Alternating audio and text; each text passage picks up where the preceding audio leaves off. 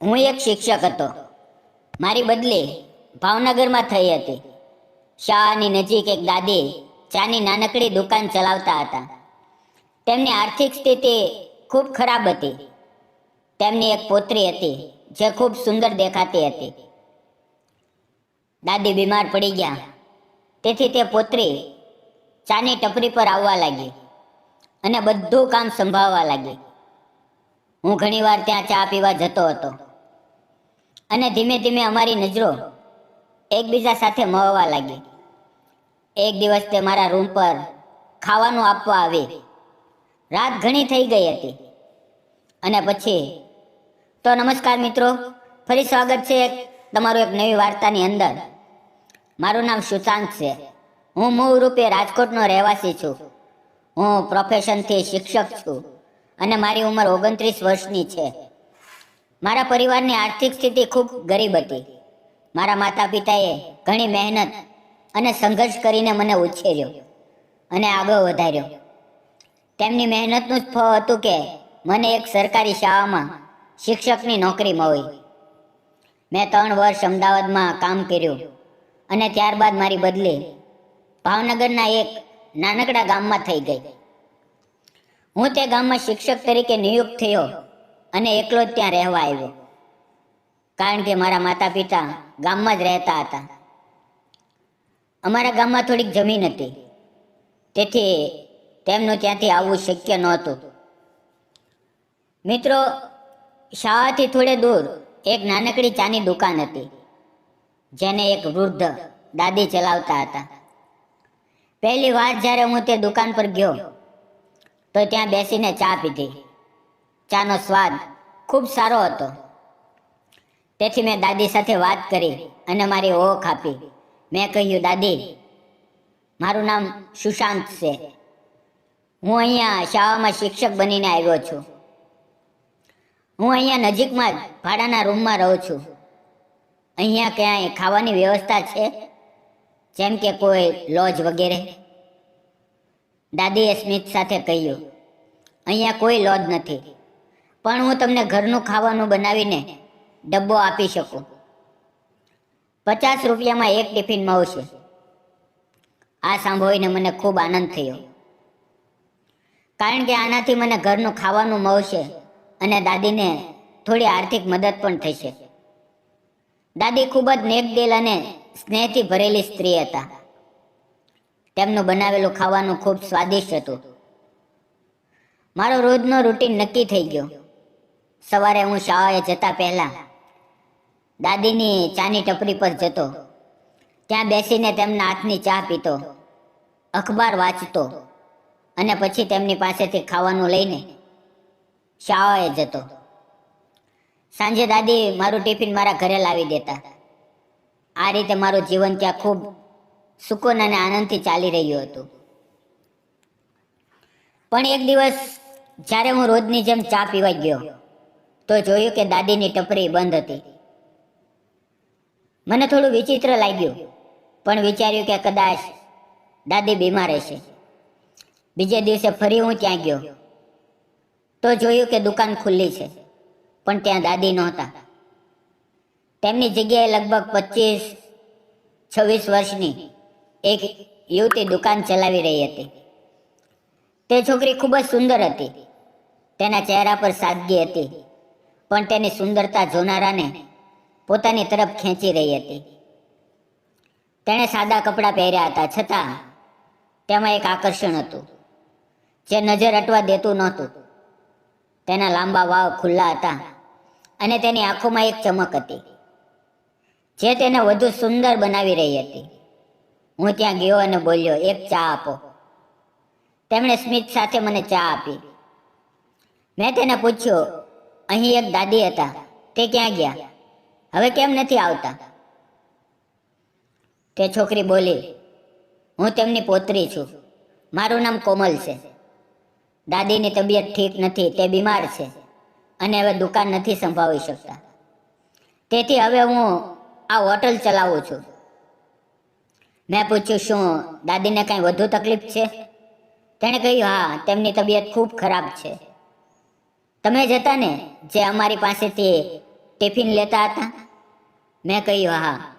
તે બોલી, તો હવેથી હું તમને ટિફિન આપીશ. મેં તેને મારું ઘર બતાવ્યું અને કહ્યું કે જો તેને સાંજે ટિફિન લાવવામાં તકલીફ હોય તો હું જાતે આવીને લઈ જઈશ. પણ તેણે કહ્યું ના, હું જ લાવી આપીશ. તેણે તે જ દિવસે મને બપોરનું ટિફિન આપ્યું અને હું શાળાએ ગયો. તે દિવસે ભણાવતી વખતે મારું મન અભ્યાસમાં લાગતું નહોતું. મારા મગજમાં ફક્ત તે જ છોકરી ફરી રહી હતી જે આટલી નાની ઉંમરે પોતાના પરિવારની જવાબદારી ઉપાડી રહી હતી. તેની મહેનત અને હિંમતે મને અંદર સુધી પ્રભાવિત કર્યો હતો. સાંજે મેં જાતે તે હોટલ પર જઈને તેને કહ્યું, મારે તમારા દાદીને મળવું છે. તેણે હોટલ બંધ કરી અને અમે બંને સાથે ચાલતા ચાલતા તેના ઘરે પહોંચ્યા. રસ્તામાં અમે વાતો કરી અને મને તેની સાદગી અને સ્વભાવ ખૂબ ગમ્યા. જ્યારે અમે ઘરે પહોંચ્યા તો જોયું કે તેના દાદી બિસ્તરે પડ્યા હતા. તે ખૂબ નબળા લાગી રહ્યા હતા. તેમને તીવ્ર તાવ હતો. મેં પૂછ્યું કે શું તેમણે ડૉક્ટરને બતાવ્યું છે? તો કોમલે કહ્યું કે ના, પૈસા ન હોવાને કારણે તે તેમને હોસ્પિટલ નથી લઈ જઈ શકી. આ સાંભળીને મને ખૂબ દુઃખ થયું. મેં તરત જ એક રિક્ષા બોલાવી, દાદીને તેમાં બેસાડ્યા અને તેમને હોસ્પિટલ ડૉક્ટરને બતાવ્યું. હવે ડૉક્ટરે તેમની સારવાર શરૂ કરી અને થોડા કલાકમાં તેમની હાલત સુધારો થવા લાગ્યો. તે દિવસનો બધો ખર્ચ મેં જાતે ઉપાડ્યો, કારણ કે મને ખબર હતી કે તે ખૂબ ગરીબ છે. દાદીની આંખોમાં આંસુ હતા. તેમણે મારો હાથ પકડીને કહ્યું, બેટા બેટા, આજે તે જે કર્યું તે હું ક્યારેય નહીં ભૂલું. તે ક્ષણે મને એવું લાગ્યું જાણે મેં મારા માતા પિતાની સેવા કરી હોય. તેમની પાસે પૂરતા પૈસા નહોતા અને જ્યારે મેં તે યુવતીને પૈસા આપ્યા તો તેના ચહેરા પર એક વિચિત્ર ચમક દેખાઈ.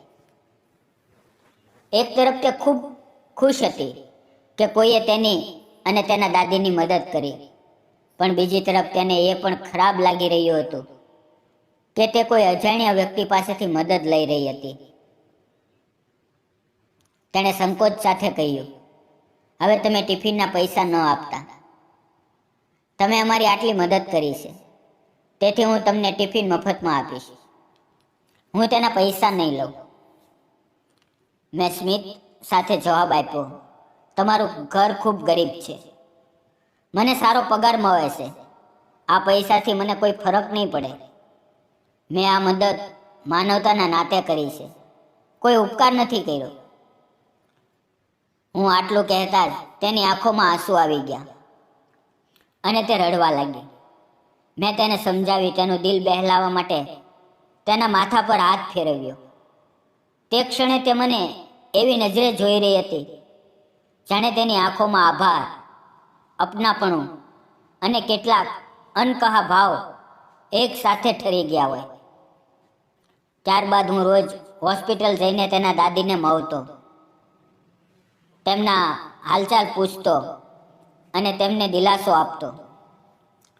થોડા દિવસમાં દાદીની તબિયતમાં સુધારો થયો અને તેમને હોસ્પિટલમાંથી રજા મળી.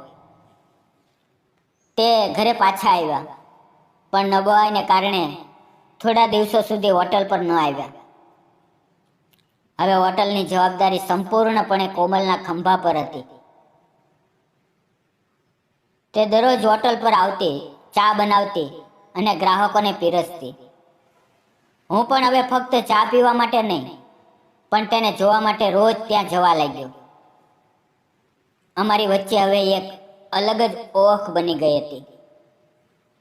હું ત્યાં બેસીને ચા પીતો અને તેની સાથે નાની નાની વાતો કરતો. મેં એક દિવસ તેને પૂછ્યું, તું હવે શું કરે છે?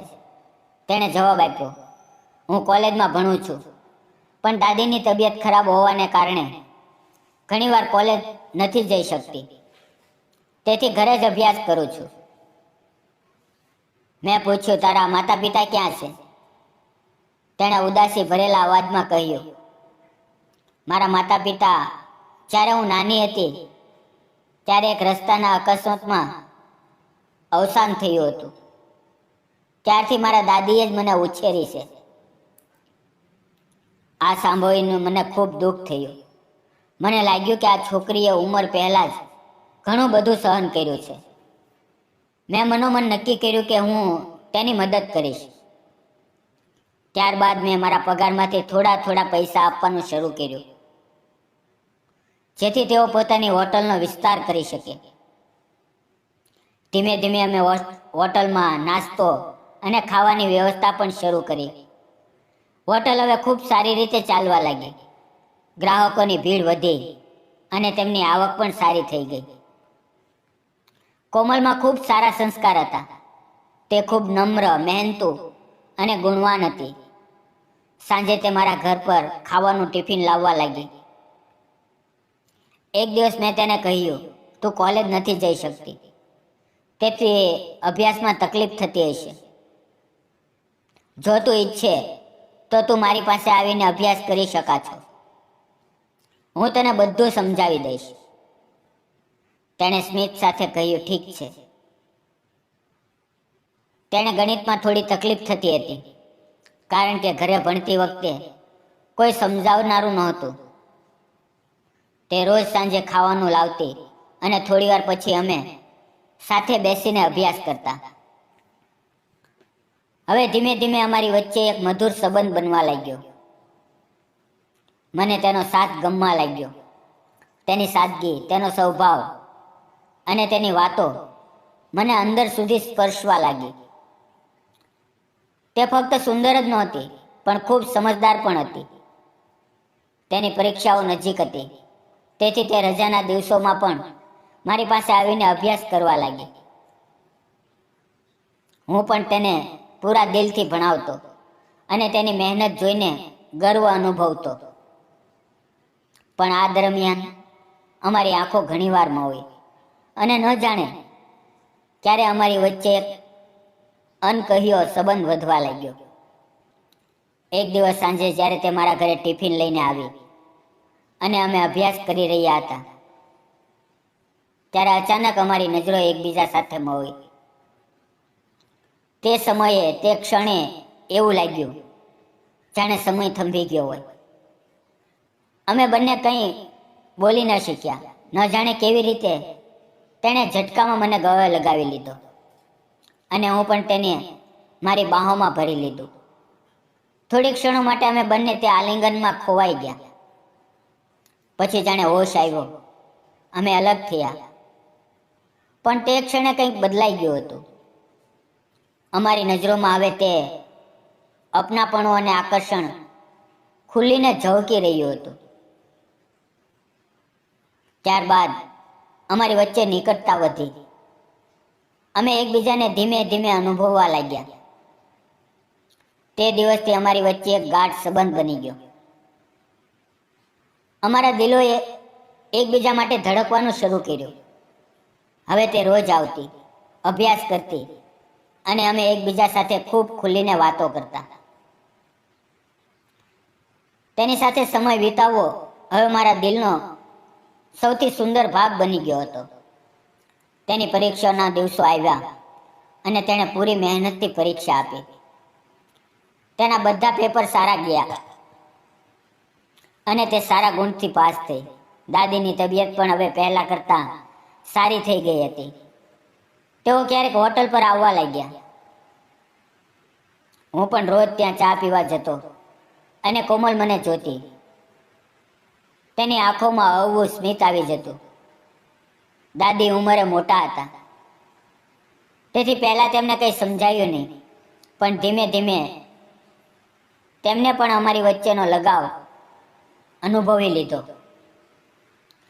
તે પણ સમજી ગયા કે હવે તેમના ઘરની તે પોતરી એકલી નથી. તેના જીવનમાં કોઈ એવું આવ્યું છે જે તેના સુખ દુઃખ સાથી બની ગયો છે. એક દિવસ મેં કોમલને ફિલ્મ બતાવવા માટે કહ્યું. તે થોડી હિચકિચાઈ, પણ પછી તૈયાર થઈ ગઈ. અમે બંને સિનેમા જોવા ગયા અને તે સાંજ અમારા જીવનની સૌથી યાદગાર સાંજ બની ગઈ. અમે બંને એકબીજાનો હાથ પકડી રાખ્યો હતો અને સિનેમા જોઈ રહ્યા હતા. ફિલ્મ ખૂબ સારી હતી. અમે સાથે પોપકોર્ન ખાધું, ઠંડી કોફી પીધી અને પછી ઘરે આવ્યા. પણ તે દિવસ પછી દાદીને બધું ખબર પડી ગયું. તેમને ખૂબ ગુસ્સો આવ્યો કે તેમની પોતરી કોઈ છોકરા સાથે ફિલ્મ જોવા ગઈ હતી. તેમને કોમલને દાટતા કહ્યું, આજથી તું ઘરે જ રહેજે, હવે હોટલ પર નહીં જાય. આગલા 5-6 દિવસ સુધી હું રોજ હોટલ પર જતો રહ્યો, પણ કોમલ ત્યાં દેખાય નહીં. મેં દાદીને પૂછ્યું, પણ તેમણે કોઈ જવાબ ન આપ્યો. મને તેના ચહેરા પર નારાજગી સ્પષ્ટ દેખાતી હતી. હવે અમારા બંને માટે એકબીજા વિના રહેવું મુશ્કેલ થઈ ગયું હતું. તે સોમવારની રાત હતી. સાંજે દાદી સૂઈ ગયા હતા. જ્યારે કોમલે જોયું કે દાદી ઊંડી નીંદરમાં છે, તો તે ચૂપચાપ મારા ઘરના દરવાજે આવીને ઊભી રહી. તેણે દરવાજે હવેથી ટકોર કરી. હું ઊંઘમાંથી જાગી ગયો અને વિચાર્યું, આટલી રાત્રે કોણ આવ્યું? મેં દરવાજો ખોલ્યો તો જોયું કે સામે કોમલ ઊભી છે. તેણે વગર કંઈ કહે મને સુસ્ત ગળે લગાડી લીધો. અમે બંને થોડી વાર એમ જ એકબીજાની બાહોમાં બંધાયેલા રહ્યા. તેણે ભાવુક થઈને કહ્યું, મને તમારા વિના સારું નથી લાગતું. હું ફક્ત તમારી સાથે રહેવા માંગુ છું. ચાલો ક્યાંક દૂર ચાલ્યા જઈએ. હું તેની વાતો સાંભળીને ગભરાઈ ગયો અને બોલ્યો, શું તું પાગલ થઈ ગઈ છે? ભાગી જવાથી શું થશે? તારા દાદીની બદનામી થશે અને મારી નોકરી જશે. મેં તેને સમજાવી, થોડી ધીરજ રાખ, હું બધું ઠીક કરી દઈશ. તેણે ફરીથી મને ગળે લગાવી લીધો અને અમે બંને ફરીથી અમારા ભાવોમાં વહી ગયા. તે રાત્રે અમારા દિલોમાં ફક્ત એકબીજા માટે પ્રેમ હતો.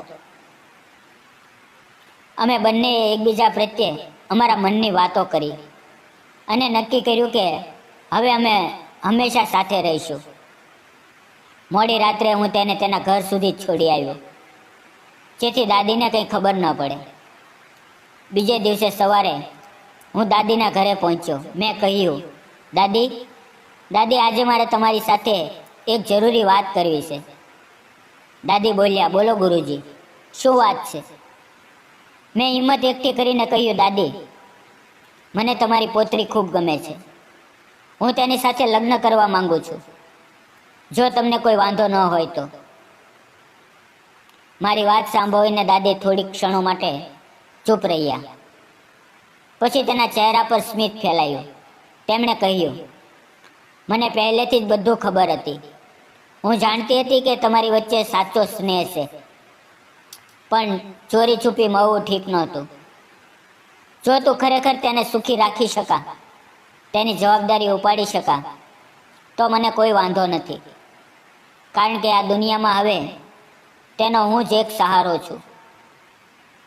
જો તું સાચે જ તેની સંભાળ રાખીશ, તો હું તરત જ તમારા લગ્ન કરાવવા તૈયાર છું. આ બધું સાંભળતી વખતે કોમલ દિવાલની પાછળથી અમારી વાતો સાંભળી રહી હતી. તેના ચહેરા પર ખુશી અને રાહત સ્પષ્ટ દેખાતી હતી. તે દોડતી આવી પોતાના દાદીને વળગીને રડવા લાગી. દાદીએ તેને ઉઠાવી અને તેના માથા પર હાથ ફેરવીને આશીર્વાદ આપ્યા. મેં અને કોમલે દાદીના પગે લાગીને તેમના આશીર્વાદ લીધા. પછી મેં મારા માતા પિતા સાથે વાત કરી અને અમારા લગ્ન ધામધૂમથી થયા. આજે અમે ભાવનગર એક નાનકડા ગામના ઘરમાં સાથે રહીએ છીએ. અમારી સાથે દાદી પણ રહે છે. જ્યારે રજાઓ હોય છે ત્યારે અમે બંને મારા માતા પિતાને મળવા ગામ જઈએ છીએ. હવે દાદી અમારી ખૂબ સંભાળ રાખે છે અને ઘરમાં હંમેશા સ્નેહ અને શાંતિનું વાતાવરણ રહે છે. મને જીવનમાં કોમલ જેવી પત્ની મળી, જે ફક્ત સુંદર જ નથી, પણ સંસ્કારી, સમજદાર અને પ્રેમથી ભરેલી છે. હવે મારું જીવન ખુશી અને સંતોષથી ભરેલું છે.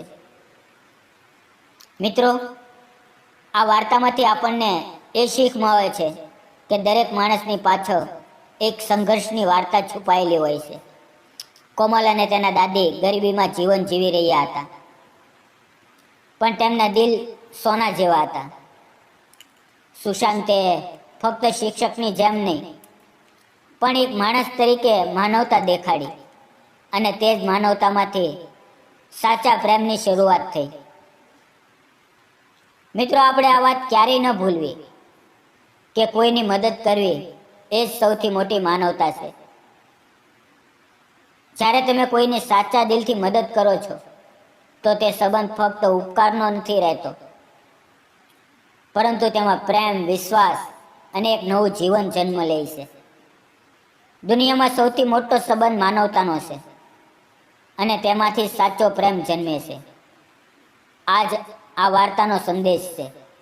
પ્રેમ ત્યાં જ ખીલે છે જ્યાં દિલોમાં દયા, સમજણ અને માનવતા જીવંત હોય. વિડીયો પૂરો જોવા બદલ આપ સૌ મિત્રોનો ખૂબ ખૂબ ધન્યવાદ. મિત્રો, આ વાર્તા ફક્ત કાલ્પનિક છે. તેનો કોઈ પણ વ્યક્તિ, જાતિ કે ધર્મ સાથે સંબંધ નથી. આ વાર્તા ફક્ત મનોરંજન અને શૈક્ષણિક ઉદ્દેશથી બનાવવામાં આવી હતી. ફરી મળશું મિત્રો આવતીકાલે એક નવા વિડીયોમાં. ત્યાં સુધી આવજો. તમારું ધ્યાન રાખો. ધન્યવાદ મિત્રો.